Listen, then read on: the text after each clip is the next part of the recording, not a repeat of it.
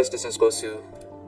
I got a new mic yesterday. Hopefully you guys can get a better quality audio for my videos, and hopefully this can make my videos more enjoyable to watch.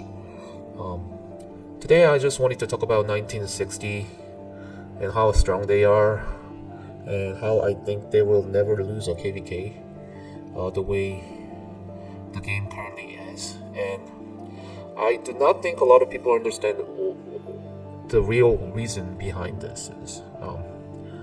So 1960, as we all know, is the strongest kingdom in the game. They have a full roster of active players in an alliance that spends probably the most amount of money in the game. And we all know that most of the players in 1960 main alliance has a really good equipment, armament, city skins, and they also have a lot of resources, speed ups. Those are, the facts that we all know. But what I think is making 1960 going above and beyond is one thing, and I think that's the amount of golden chest that they get in the alliance. So if you know about the concept called the rich gets richer, and that's exactly what's happening in 1960. They already have the best equipment, best armaments. They have full of legendary inscriptions, good city skins, a lot of resources, speed ups. But what pushes them over the top is the amount of golden chests that they get. So from what I've heard is that in a single KVK period, the 1960 gets about 6 to 10 years of speed ups from golden chest, and that is like 2,000 to 3,000 days worth of speed ups in about 2 to 3 month period. In a normal like average A seed, in order to obtain those amount of speed ups from golden chests, it probably takes years to get that, and they get it in just a couple months. And why that's so important is that is because they are already the strongest kingdom, and they get those extra speed ups from the golden chest. So the limiting factor in this game, as far in terms of the ability to fight during KVK, is the speed ups. The resources are something that can be managed through a lot of farmings and activities, but the speed ups are very difficult to obtain. The only way to really obtain speed ups is through the barb chaining, but that is really painful to do, and not a lot of people can do it. Okay, so imagine a alliance full of strongest players getting those extra amount of speed ups through the golden chest. I mean, they are already the strongest, and they have more means to fight longer. That just puts them over the top. I don't think there's any other alliance that spends as much as them. 2377 is probably the closest, due to Mr. Hope and Wild Lion, but I don't think even the third strongest kingdom in the game, or fourth, come close to 1960 in the amount of speed ups that they get. So basically, they already have the strongest group of players, and they also have the means to gain the most amount of speed ups that allow them to last longer in the battlefield. How can they lose KVK? That's my question. So I don't think there is a way for them to lose, evenly match KVK, if there is any.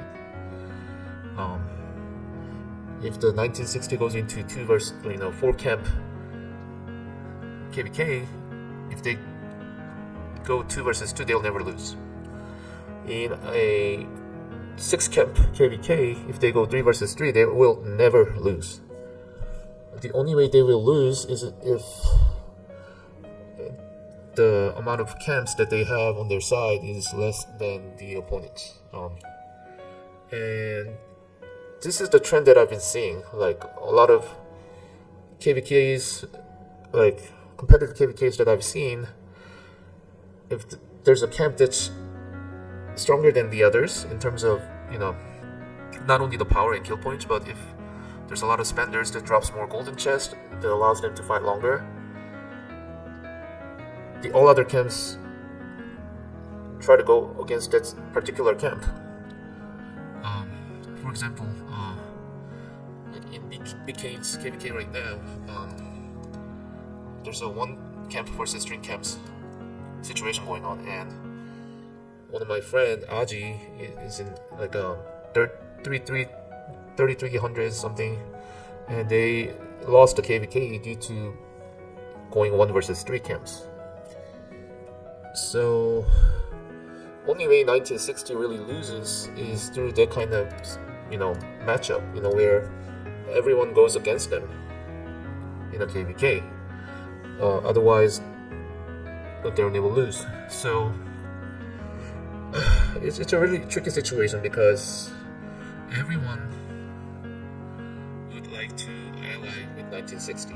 So the weakest camp in the KVK would always want to ally with 1960. So like 1 versus all kind of situation will not happen with 1960, in my opinion. So I don't know how you would balance this. It's just the way the game is right now with the golden chest. 1960 is able to gain infinite amount of speed ups, and the other kingdoms can't, and that makes it impossible to beat them. Even like a little bit, even if the 1960 is a little bit disadvantaged in other metrics, just because they can fight longer with a lot of spending, resulting in a lot of speed ups through the golden chest, they'll just able to win the game. Win the KVK. Eventually it's gonna come to a point where nobody will want to face 1960. And I think the KVK, I think they're gonna showcase this in this KVK that they are in right now. They are in KVK with 2377 and 1093 and 1365. I think this KVK is not gonna be close. 1960 side will just dominate the bottom side. Let's see. So this is how it is. 1960 is yellow. So it's yeah. No, it's not yellow. It's the green actually. So this coloration of the camps and the map is kind of confusing. But anyways, it's top versus bottom. 1960 versus 2377. 1960 is gonna win. 1093 versus 1365. 1093 is gonna win. That's the KVK. So 1960 is gonna dominate 2377, and 2377 is by far the second strongest kingdom in the game. If they get crushed, 2377 gets crushed, nobody can contest 1960. That's why I'm hoping 2377 at least put up a decent fight. Otherwise, 1960's dominance would be so great. I think nobody would want to queue up against them. So I don't know. I don't know how you would fix this problem, because the way the golden chest works, they get infinite amount of speed ups that no other kingdom can get, and that's the biggest advantage that they have. The rich getting richer. They are already the strongest, and they're getting the ability to sustain to an infinite degree. How can they lose KVK? It just doesn't make sense. The only one time they lost was against 1093, and that was because 1093 had full active roster of, I think, 3 or 4 alliances. But nowadays, that's not possible because of the meta that's going on. Is having just one,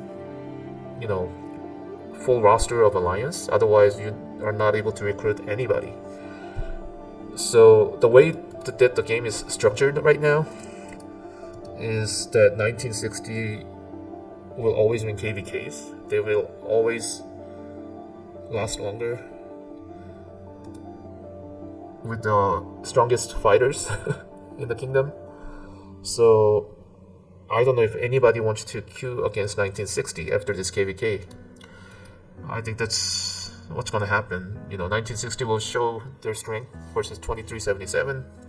2377 will get crushed, and KVK will be done in one-sided fashion, and 1960 will be the kingdom to avoid, and nobody will queue up when they queue up, and eventually, I don't know,